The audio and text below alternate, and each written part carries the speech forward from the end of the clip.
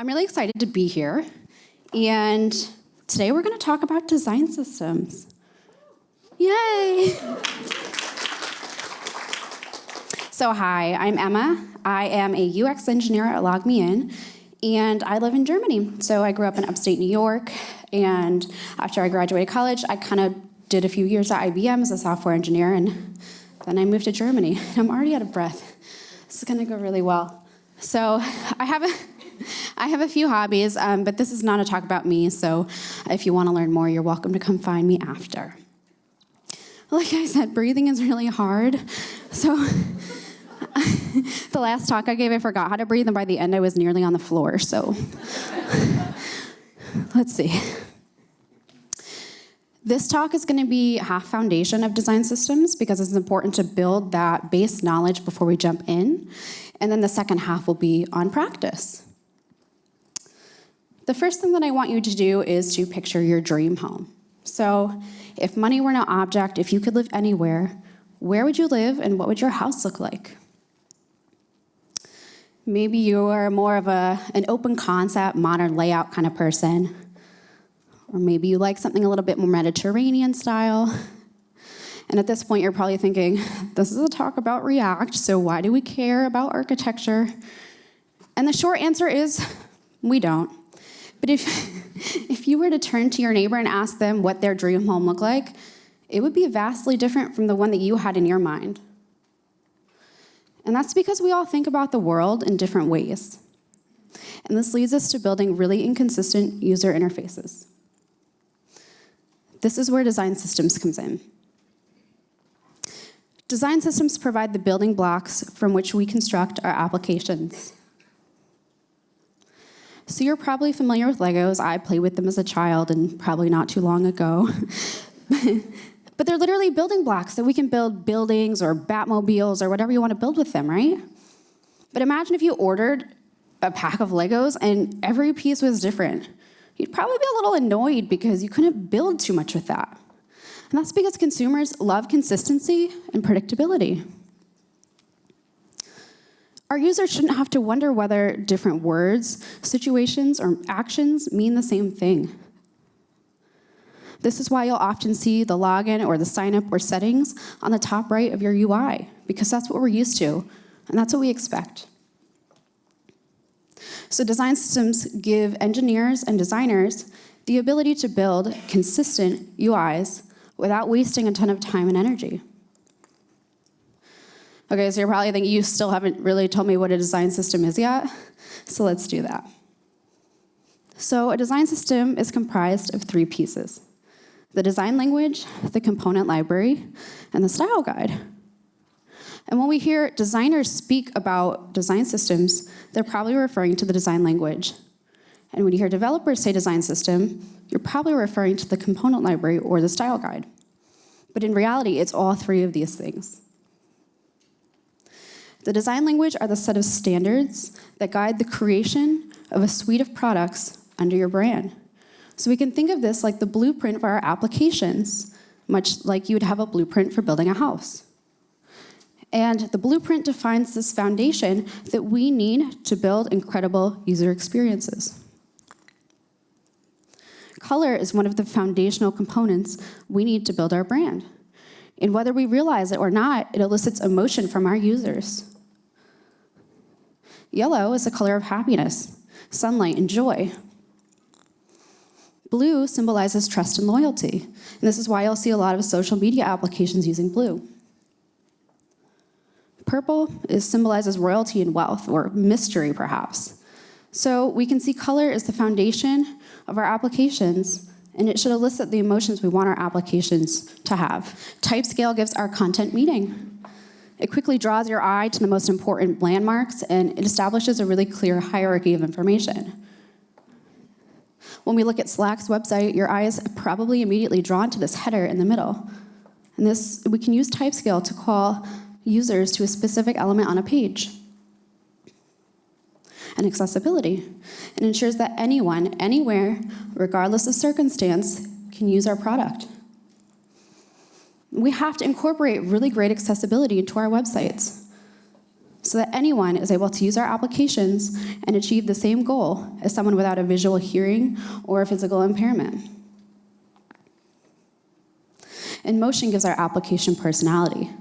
It reinforces this emotional aspect that we've laid the foundation for with our colors.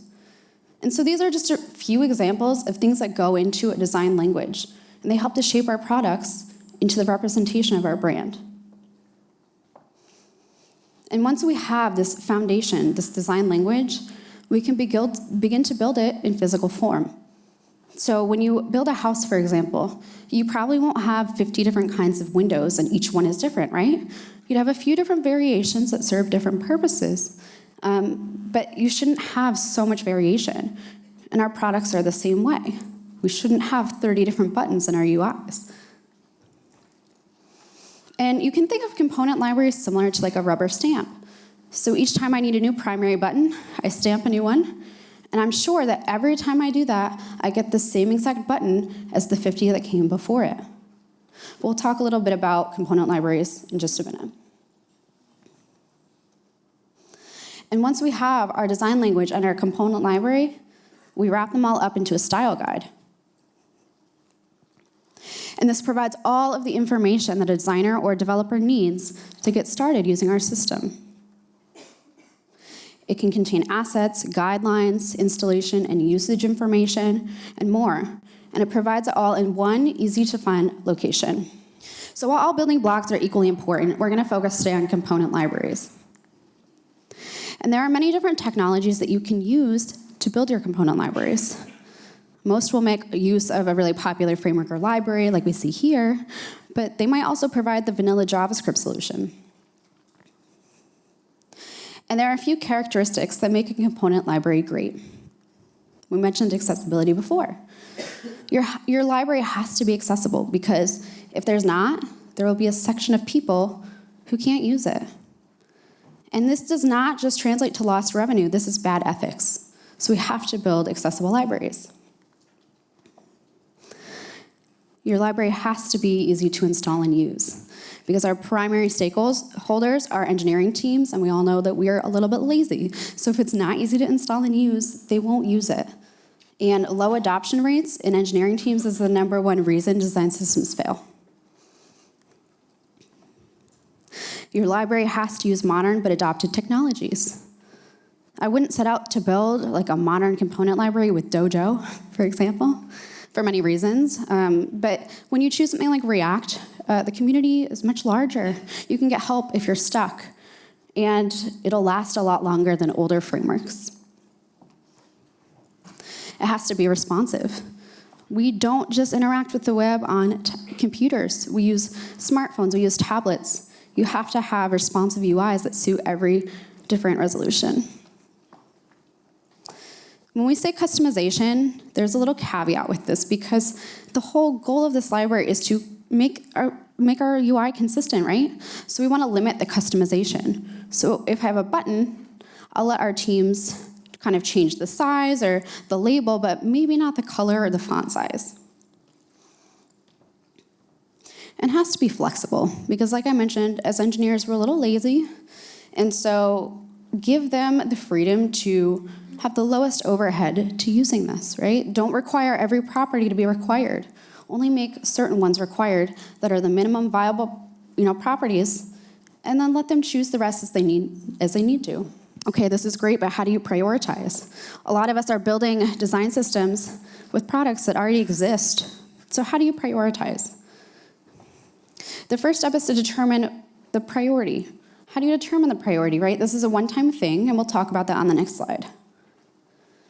And once we've determined what we're going to work on, there are four phases.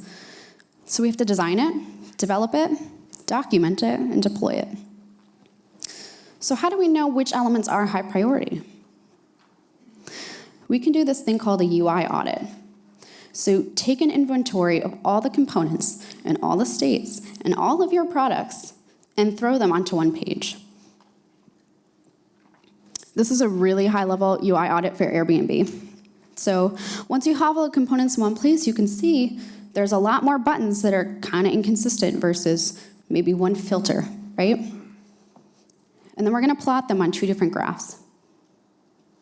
The first checks the consistency of the element with how often it's used.